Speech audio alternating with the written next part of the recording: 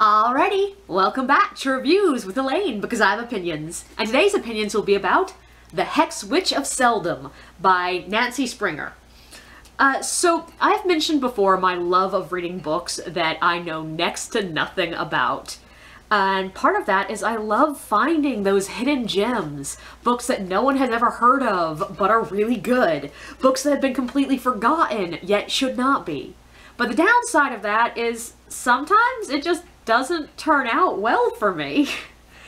So I bought this book on a lark, like I was in a secondhand store buying a different book, and the owner was just like, "Hey, you like young adult fantasy. I just got this one in. Are you interested?" And I looked at the price and was like, "Sure, why not? It's cheap." And by the time I got it home, I was already suspecting that I had made a mistake, because there are an awful lot of horses on this cover. So The Hex Witch of Seldom is about a young girl just turning 16 named Bobby. Now the book was published in 1988, and I'm assuming it was meant to be set around that time. But Bobby lives with her grandfather in rural Pennsylvania.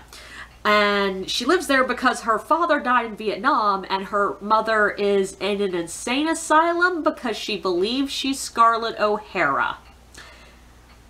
But Bobby's grandfather asks her what she wants for her birthday, and at first she's not sure. She doesn't want much, she doesn't like pretty things, she doesn't like fashion, but when her grandfather gives her her father's old things to look through and she reads a poem he wrote, she dreams that night of magic. And the next morning, she wakes knowing what she wants for her birthday. She wants a wild Mustang. And because they live on a farm and, like, they raise horses, this is not, like, an ask out of left field. Her grandfather likes the idea, so they go to buy one. And Bobby immediately spots the horse she wants. A horse that is not a horse. She can see the shape of another form behind the horse's form. And she knows immediately that she needs to help him. Now, this could have been an interesting book. It's all about archetypes and people fulfilling almost superhuman concepts, living stories that are just part of their identity that they're forced to live over and over again. The setting is also really interesting. We're in the territory of the Pennsylvania Dutch, and this book paints a portrait of rural Pennsylvania as an area with a lot of cultures coming together, and an area that held on to their separate cultures long after the rest of America started to just sort of reshape its culture into an amalgam that was American culture. There are hex signs on barns, every community has a ghost story or 7, and there are witch windows on houses. The book combines older mythos, sorcerers and tricksters, with more inherently American legends like Scarlett O'Hara and gunslingers. But objectively, I did not like this book. If I was only allowed to have one word to describe it, I'd say it's dated. I really like reading old books, even when they're not classics, and that's because they feel like stepping into another time. There's that saying that the past is a foreign country, and I feel that books written in the past allow you the best window possible for seeing how people in other times actually lived, felt, and thought. And fantasy books are often just less deeply examined in the 80s. Like, I love the fact that fantasy has become a genre where people really deeply, like, evaluate culture and social morals and relative morals and, you know, societal ills. But every now and then it's nice to step back into the time period that fantasy was just about good fighting evil, and the evil was usually ill-defined and just that's bad, like, let's go fight it. Like, it was simple. It's sometimes nice to have that simplicity. But the downside of reading books from the 80s is you often need to be prepared to ignore some really problematic shit. And God help me, this book was problematic as hell. At first it was mostly just words that we don't say anymore. Mainly one word. There's a word that appears about 5 million times in the first couple of chapters, and that I know a good number of people don't quite realize how bad it is, so I'm just going to say it once and refer to it as the G word for the rest of the book, the review. But the word gypsy appears a lot in this book, and if you do not know, that word is no longer acceptable, or honestly never was, because as a description of, like, fashion with flowy skirts and coin belts, or like lifestyle trends that hippies being nomadic take, it's problematic because that word refers to an actual people, a real culture. And worse yet, it's a slur for them. The people themselves call themselves the Roma, or the Romani. And the G word is actually, it came to be because of a misunderstanding of where they're originally from. It was short for Egyptians, and they are not actually from Egypt. So it's not a good word. And for generations, the stereotypes that Americans and Europeans had built for this people both romanticizes them and others them at the same time. They are treated as very much outsiders. And yeah, that allows you to create the idea of like free-spirited loners, but when you're talking about real people, it's not good. So most modern authors tend to be a hell of a lot more careful about this. You don't tend to usually see that G word used as a synonym for free-spirited hippie folk anymore, and you definitely don't see the stereotype from the fucking Cher song showing up in random fantasy novels. So I was sort of uncomfortable when the word appeared like 5 times in the first chapter, but I got really, really uncomfortable when the actual people showed up about halfway through the book. And in case I wasn't uncomfortable enough, this was like the most cliche stereotype of people living in caravans, leaving their children unsupervised and half-dressed while they run around picking pockets, while the women dance in circles, wearing long flowy skirts, and the men talk about magic. But then to make it even worse, the only ones of these characters that actually get speaking roles and are therefore, you know, slightly bigger characters are shown as superstitious and cowardly and maybe a little bit dumb. So, great. This book straight up crossed the line from it was another time into full-on casually racist. To make it even fucking worse, one of the first things that is said when we meet the Roma people in this book is that they don't like the G word. That's not the word they use for themselves. And yet, we continue throughout the rest of the damn book calling them that. Now, I honestly don't know enough about the Romani culture to tell you whether or not the slightly more nuanced elements of the portrayal here are accurate, but I'm having a sneaking suspicion here that they aren't. And then we get the revelation that Bobby is actually descendant from a Roma man who seduced a random woman who stole his heart, and so he settled down and started a farm. And it's just like, oh my god, like, oh wow, that is like all the stereotypes. And yeah.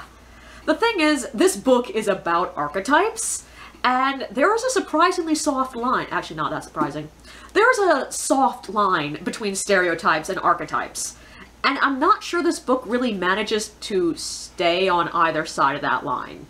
One of my biggest problems with this book, besides the racism, is the concept that the book is built on the idea that archetypes are basically immutable and ancient.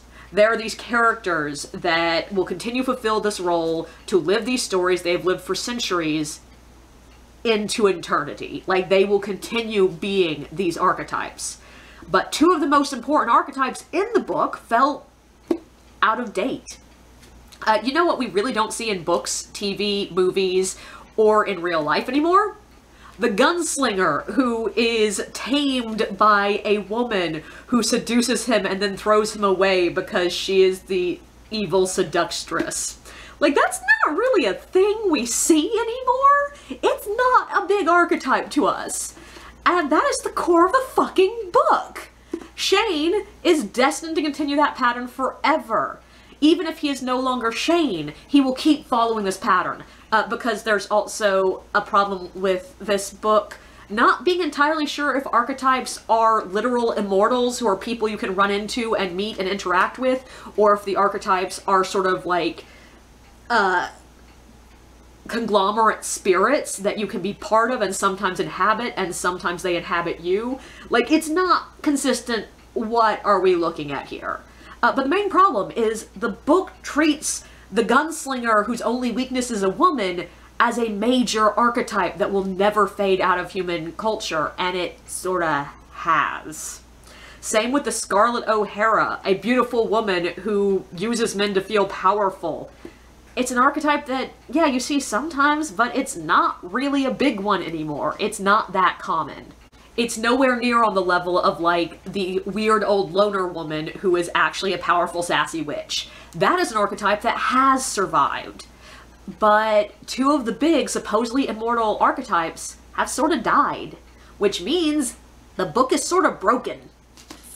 And then there are a lot of little things that bothered me about this book. The book occasionally has what I refer to as soft POV. Like, the book is mainly in Bobby's POV. There's like 3 chapters that are randomly in other characters, but throughout the rest of the novel, it's Bobby's point of view. Except moments when it's suddenly sort of not vaguely. Like, no definition that we are switching anything, but suddenly we're hearing what the grandfather is thinking, as well as what Bobby is thinking, and it's like, okay, did we switch POVs? And that's a bit confusing, but to make it even worse, one of the main moments that you get this soft POV effect is the moment that the grandfather says something he doesn't really mean, which is the crux of the rest of the fucking book. Like, huge portions of this book are about Bobby, like, trying to come to terms with the fact that he said this, and does he really mean it? And it makes her look like a complete idiot when we saw it from his point of view, and it feels like she should know this because the rest of the book was in her point of view. So it feels like that bit should also be. And on top of that, it's honestly a childish kind of feeling throughout the entire book. Like, huge portions of it are about her wondering if she has anyone who truly still loves her, and it feels like a storyline for a much younger girl. And that's even more problematic, because this is an incredibly sexual book. I feel like it's sort of a known thing that people talk about young girls' obsessions with horses often being assumed to be secretly, subconsciously about sex. Which also means that horsey books, books for young girls about horses, are often talked about as having this faintly, subtly sexual implications. I honestly don't know because I was never into horse books. Like, I read Black Beauty and did not like it, and then never read another book where a horse was the main character. I was just sort of like, okay, whatever. But this book throws the subtlety of that out the goddamn window.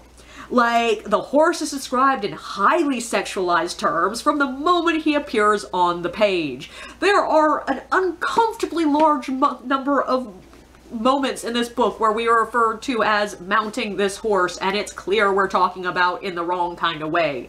Bobby often touches herself while thinking about the horse slash the man, because he's also a guy. The horse is also a hot guy, so that line is blurred. And then there's this weird, awkward moment where I'm pretty sure the author was trying to tell us that the 16-year-old girl had an orgasm while riding this horse, and then she tries to seduce this grown-ass man away from her mother, who is playing the role of the power-driven seductress, and I was uncomfortable. At times, very, very uncomfortable. And it came a bit out of the blue, because at the very beginning of the book, we have the segment where, the almost obligatory segment, where the girl talks about, like, oh, she's not into guys, she's so uninterested in boys, and then the rest of the book is about sexuality. And I'm like, cool. Puberty hit chapter 2. Good to know. Basically, this book was a collection of problems for me. Like, almost none of it worked. So, the only reason I finished reading this objectively was because I knew I needed to put in a review eventually. So, congratulations.